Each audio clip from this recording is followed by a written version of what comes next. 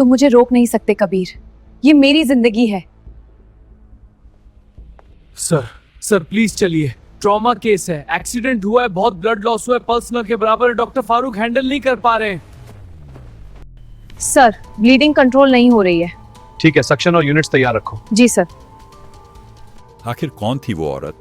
Stretcher पर लेटी उस मरीज को देखकर डॉक्टर के पैरों तले जमीन खिसक गई। और क्यों उसे देखते ही एक जान बचाने वाले डॉक्टर के हाथ कांपने लगे? क्या यह महज एक इत्तेफाक था या अतीत का कोई ऐसा जख्म जो आज फिर से हरा हो गया था? तो चलिए कहानी शुरू करते हैं। गुलशन नगर शहर अपनी खूबसूरती और सुकून के लिए जाना जाता था, लेकिन शहर के बीचों बीच स्थित हयात हॉस्पिटल में सुकून का मतलब अलग था। यहां सुकून का मतलब था मरीजों की स्थिर धड़कनें। हॉस्पिटल की तीसरी मंजिल पर अपने वातानुकूलित केबिन में डॉक्टर कबीर खान बैठे थे। शाम के 6 बज रहे थे, लेकिन उनके लिए दिन खत्म नहीं हुआ था। उनकी मेज पर फाइलों का ढेर था और हाथ में एक ब्लैक कॉफी का मग। कबीर की उम्र 35 के आसपास रही होगी, लेकिन उनकी आंखों के नीचे पड़े हल्के काले घेरे और चेहरे की संजीदगी उन्हें उम्र से बड़ा दिखाती थी। स्टाफ उन्हें मशीन कहता था, एक ऐसी मशीन जो थकती नहीं थी, जो जज्बातों में बहती नहीं थी और जिसका एकमात्र मकसद था जान बचाना, जान बचाना। लेकिन कोई नहीं जानता था कि कबीर काम में इतना क्यों डूबे रहते थे। खालीपन, वह खालीपन जो घर जाने पर उन्हें काटता था। उस बड़े से फ्लैट में जहां दीवारों पर सन्नाटा चीखता था, वहां जाने से बचने के लिए कबीर ने अस्पताल को ही अपना घर बना लिया था। बाहर मूसलाधार बारिश हो रही थी। बिजली की कड़काहट ने अस्पताल की खिड़कियों को थरथरा दिया। कबीर ने खिड़की से बाहर देखा। बारिश की बूंदें उन्हें अतीत की याद दिलाती थीं, इसलिए उन्होंने पर्दा खींच दिया। तभी गलियारे में भगदड़ की आवाज आई, वह आवाज जिससे हर डॉक्टर वाकिफ होता है, इमरजेंसी की पुकार। दरवाजा धड़ाम से खुला।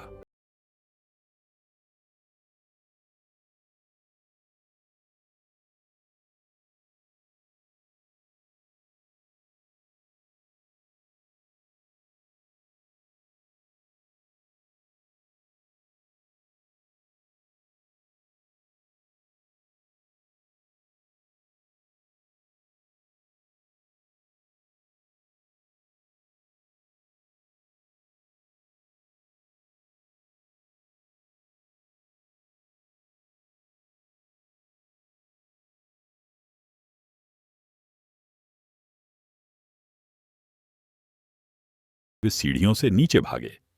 इमरजेंसी वार्ड के गेट पर पहुंचते ही खून की गंध और एंटीसेप्टिक की महक ने उनका स्वागत किया। माहौल अफरा तफरी का था। नर्सें इधर उधर भाग रही थीं। मॉनिटर की बीप बीप की आवाजें गूंज रही थीं। पेशेंट की हालत? कबीर ने पूछा।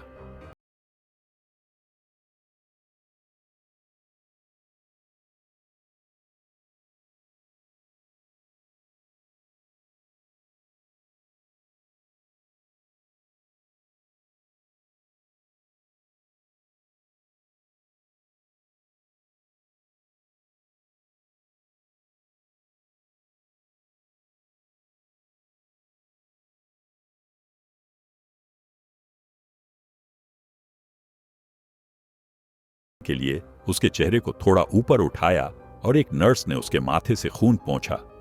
कबीर का हाथ हवा में ही जम गया। संसार रुक गया। मॉनिटर की आवाजें गायब हो गईं। स्टाफ की चिल्लाहट धीमी पड़ गई।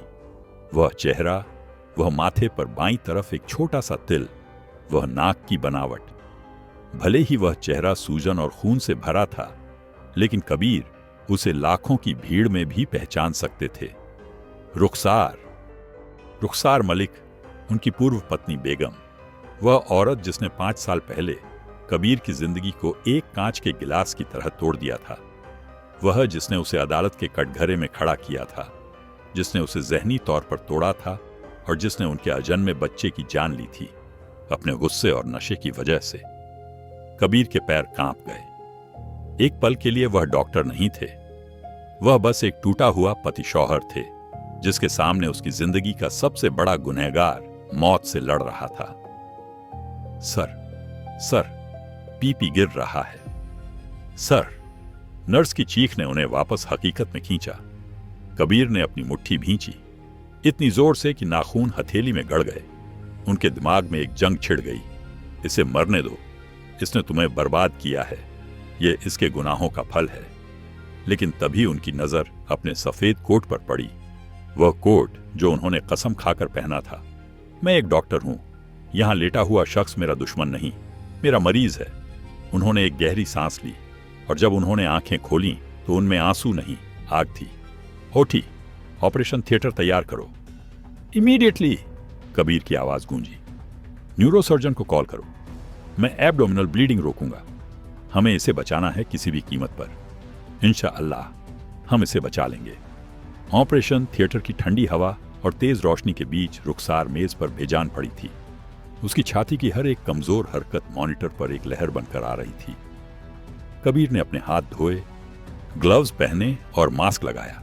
अब सिर्फ उनकी आंखें दिख रही थीं और उन आंखों में एक अजीब सा तूफान था। उनके साथ काम करने वाली टीम हैरान थी। डॉक्टर कबीर हमेशा शांत रहते थे, लेकिन आज उनके काम करने की रफ्तार में एक पागलपन था। स्कैल्प, कबीर ने हाथ बढ़ाया। सर्जरी शुरू हुई। कबीर के हाथ मक्खन की तरह चल रहे थे, लेकिन उनका दिमाग अतीत की गलियों में भटक रहा था। तुम मुझे रोक नहीं सकते कबीर, ये मेरी जिंदगी है, रुखसार चिल्ला रही थी। उसके हाथ में शराब की बोतल थी। कबीर ने उसे पकड़ने की कोशिश की। रुखसार प्लीज, तुम उम्मीद से हो, बच्चे के बारे में सोचो, यह हराम है। रुखसार ने उसे धक्का दिया। मुझे यह बच्चा नहीं चाहिए, मुझे यह बंधन नहीं चाहिए। और फिर वह धक्का, वह गिरना और फिर खून। सिर्फ ब्लीडिंग कंट्रोल नहीं हो रही है। एनेस्थेटिस्ट ने चेतावनी दी। कबीर का हाथ एक पल के लिए रुका। अतीत का वह खून और वर्तमान का यह खून दोनों एक हो गए थे। उन्होंने खुद को झकझोर लिया। सक्शन बढ़ाओ, क्लैंप, कबीर चिल्लाए। तुम मेरे टेबल पर नहीं मर सकती रुखसार, मैंने तुम्हें अपनी जिंदगी से निकाला है, लेकिन मैं तुम्हें मौत के हवाले नहीं कर सकता। तुम्हें जीना होगा, तुम्हें उस दर्द का हिसाब देने के लिए जीना होगा। 4 घंटे, पूरे 4 घंटे तक मौत और डॉक्टर। कबीर के बीच कुश्ती चलती रही। रुखसार का शरीर हार मान रहा था, लेकिन कबीर की जिद उसे जाने नहीं दे रही थी। उन्होंने अपनी मेडिकल साइंस का हर वो दांव लगा दिया जो उन्होंने सीखा था। आखिरकार मॉनिटर पर एक स्थिर लय दिखाई दी। Beep beep beep. कबीर पीछे हटे। उनका सर्जिकल गाउन पसीने और खून से सना था। उन्होंने मास्क नीचे खींचा और एक लंबी सांस छोड़ी। या अल्लाह, तेरा शुक्र है।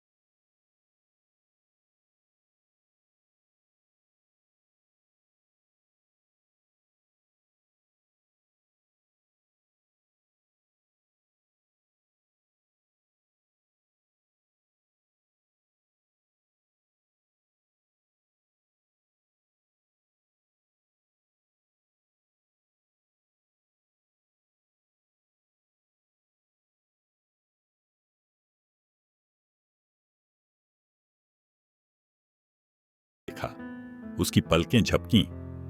कबीर तुरंत खड़े हो गए। उन्होंने नर्स को बुलाने के लिए बटन दबाया और रुखसार के ऊपर झुक गए। रुखसार ने धीरे धीरे आंखें खोली। सब कुछ धुंधला था। सफेद छत, तेज रोशनी और मशीनों की आवाज। उसके पूरे शरीर में असहनीय दर्द था। उसने अपनी गर्दन घुमाने की कोशिश की और एक धुंधला सा चेहरा देखा। वह चेहरा जाना पहचाना था। वह चश्मा, वह गंभीर आंखें। कबीर, उसकी आवाज इतनी धीमी थी कि शायद हवा भी न सुन पाए, लेकिन कबीर ने सुन लिया। कबीर का चेहरा सख्त हो गया।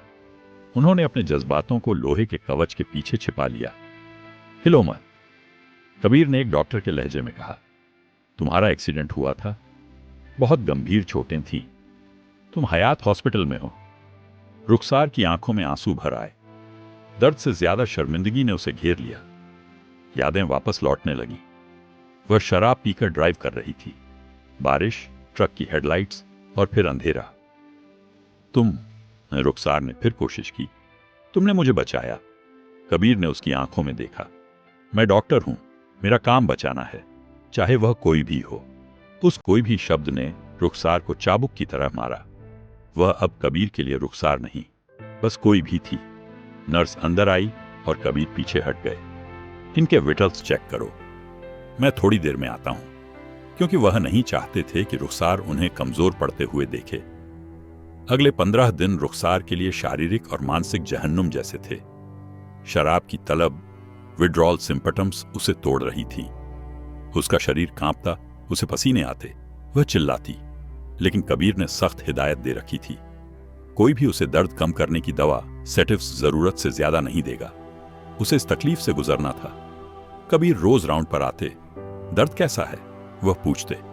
बहुत ज्यादा, रुखसार रोते हुए कहती। प्लीज कबीर, मॉम कुछ दे दो, मैं मर जाऊंगी। तुम नहीं मरोगी, कबीर फाइल में लिखते हुए कहते। यह जिस्म का जहर बाहर निकल रहा है, इसे सहना सीखो। वह बेरहम लग सकते थे, लेकिन कबीर जानते थे कि रुखसार को ठीक करने का यही एकमात्र तरीका है। उसे अपनी हकीकत का सामना करना था। इन 15 दिनों में रुखसार ने अस्पताल के बिस्तर पर लेटे अपनी पूरी जिंदगी के बारे में सोचा। उसने सोचा उस मोहब्बत के बारे में जो उसने कबीर से की थी, और फिर उस गुरूर के बारे में जिसने उस मोहब्बत को मार डाला। उसे याद आया कि कैसे कबीर उसे मनाता था और वह उसे धिक्कारती थी।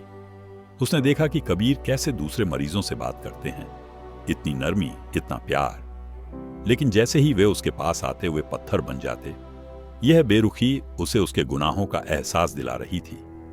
एक दिन जब रुखसार थोड़ा बेहतर महसूस कर रही थी, उसने नर्स सलमा से पूछा, डॉक्टर साहब, क्या उन्होंने दूसरी शादी निकाह कर ली? नर्स सलमा, जो एक बुजुर्ग और समझदार महिला थी, ने रुखसार के बालों को संवारते हुए कहा, नहीं बेटी, डॉक्टर कबीर ने निकाह तो क्या, कभी किसी की तरफ देखा भी नहीं। वो सिर्फ अपने काम से इश्क करते हैं। ऐसा लगता है जैसे किसी ने उनका दिल बहुत बुरी तरह तोड़ा है और अब वह उसे जोड़ने से डरते हैं। रुखसार ने अपना मुंह दूसरी तरफ घुमा लिया और चुपचाप रोने लगी।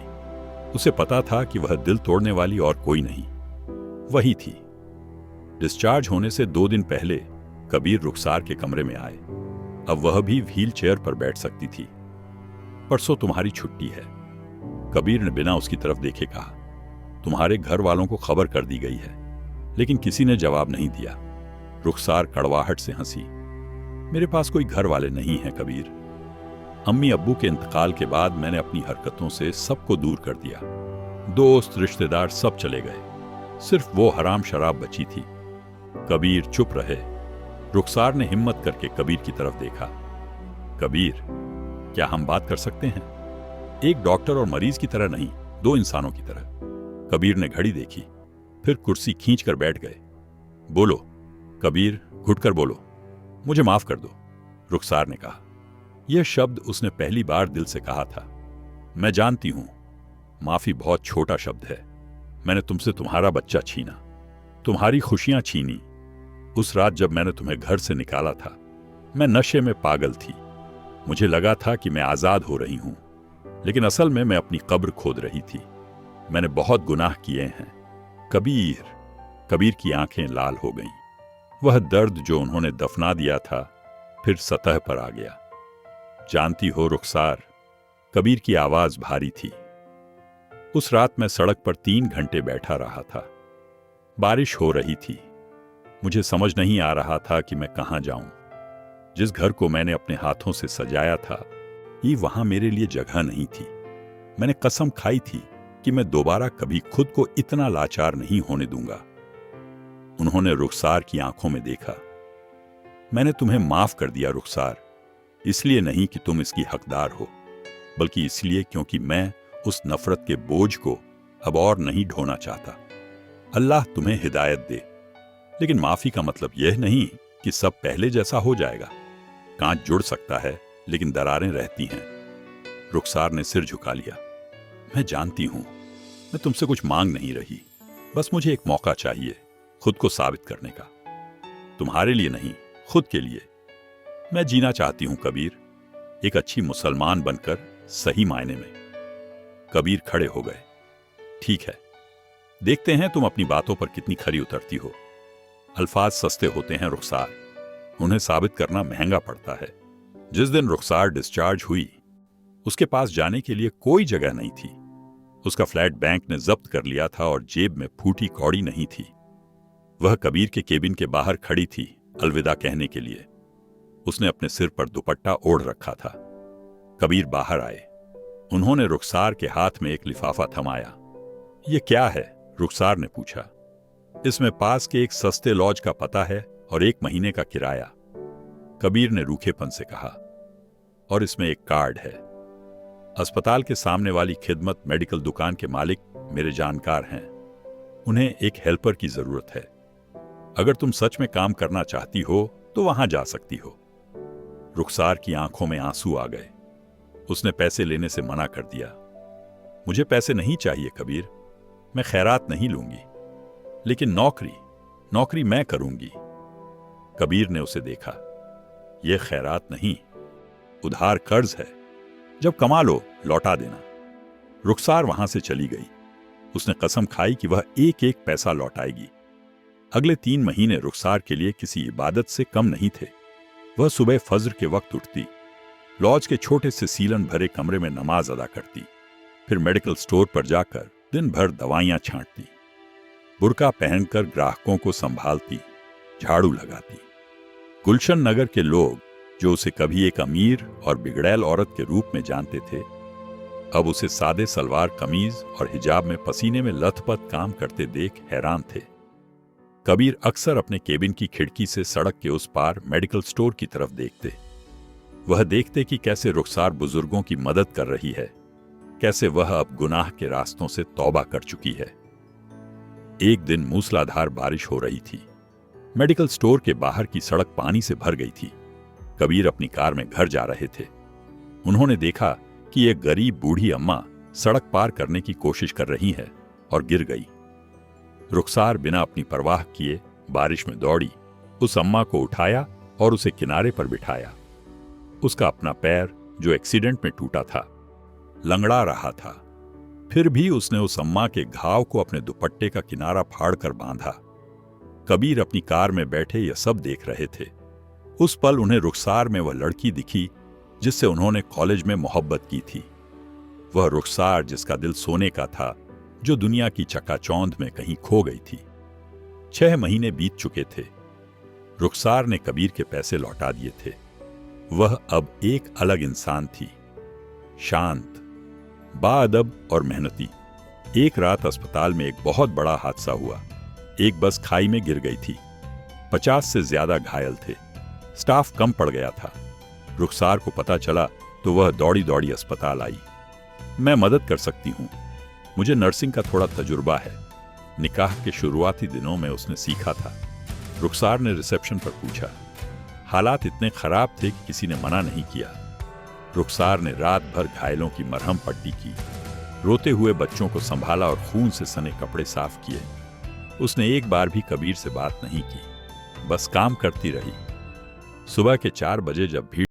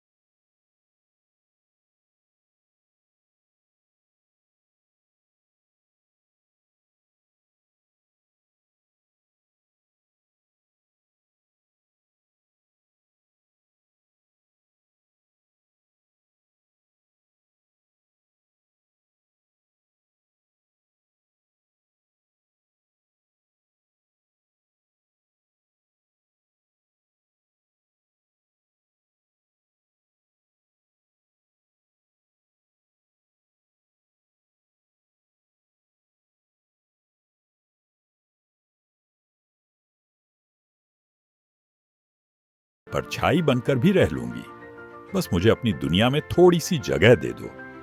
कबीर ने खिड़की से बाहर उगते सूरज को देखा। मैं बेगम नहीं ढूंढ रहा रुखसार, मैं एक हमसफर ढूंढ रहा हूं जो मेरे मकसद को समझे।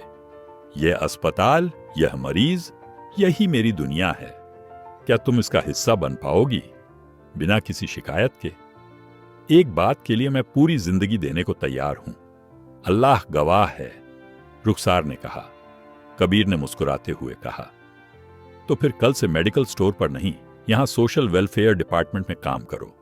मरीजों को तुम्हारी जरूरत है और मुझे भी। नई सुबह। 2 साल बाद हयात हॉस्पिटल का ऑडिटोरियम खचाखच भरा था। शहर के मेयर और बड़े बड़े लोग मौजूद थे। मौका था हॉस्पिटल के 10वें स्थापना दिवस का। मंच पर डॉक्टर कबीर खान को best doctor of the year का अवार्ड दिया जा रहा था। उन्होंने माइक थामा। यह अवार्ड सिर्फ मेरा नहीं है, कबीर ने कहा। डॉक्टर सिर्फ जिस्म का इलाज करता है, लेकिन एक मरीज को ठीक होने के लिए उम्मीद और देखभाल की जरूरत होती है, और इस अस्पताल में वह उम्मीद एक इंसान ने जगाई है। उन्होंने पीछे मुड़कर देखा। मिसेस रुखसार खान, प्लीज मंच पर आएं। रुखसार, जो अब एक बेहद खूबसूरत और सलीकेदार लिबास में थी, छिछकते हुए मंच पर आई। लोग हैरान थे। सब जानते थे कि इनके बीच अलगाव हो चुका था। कबीर ने रुखसार का हाथ थामा और भीड़ से कहा, हम सब गलतियां करते हैं, हम सब टूटते हैं, लेकिन इंसान की असली पहचान इस बात से होती है कि वह अपने टूटे हुए टुकड़ों को कैसे जोड़ता है। रुखसार ने ना सिर्फ खुद को जोड़ा, बल्कि मुझे भी दोबारा इंसान बनना सिखाया। आज यह मेरे अस्पताल की रीढ़ है। पूरा हॉल तालियों की गड़गड़ाहट से गूंज उठा। रुखसार की आंखों से आंसू बह रहे थे, लेकिन इस बार यह खुशी के आंसू थे। समारोह के बाद वे दोनों अस्पताल की छत पर खड़े थे। तो डॉक्टर खान, रुखसार ने मुस्कुराते हुए पूछा, क्या अब हम खुश हैं? कबीर ने उसका हाथ अपने हाथों में लिया और कहा, खुशी कोई मंजिल नहीं है रुखसार, ये एक सफर है, और मुझे खुशी है कि इस सफर में अब मैं अकेला नहीं हूं। नीचे शहर में रोशनी चमक रही थी, लेकिन सबसे ज्यादा रोशनी उन दोनों के दिलों में थी। एक टूटा हुआ रिश्ता जिसे वक्त, तौबा और सच्ची मोहब्बत ने फिर से जोड़ दिया था। सोने को तप कर ही कुंदन बनना पड़ता है, और उनका रिश्ता अब कुंदन बन चुका था। दोस्तों, इंसान गलतियों का पुतला है, लेकिन गिरकर संभलना ही असली जीत है। डॉक्टर कबीर और रुखसार की कहानी हमें बताती है कि नफरत से बड़ी ताकत माफी है। अगर दिल साफ हो तो टूटे हुए रिश्ते भी फिर से जुड़ सकते हैं। अगर इस कहानी ने आपको भावुक किया है तो वीडियो को लाइक करें, इसे अपनों के साथ शेयर करें, ताकि उम्मीद की रोशनी उन तक भी पहुंचे। शुक्रिया।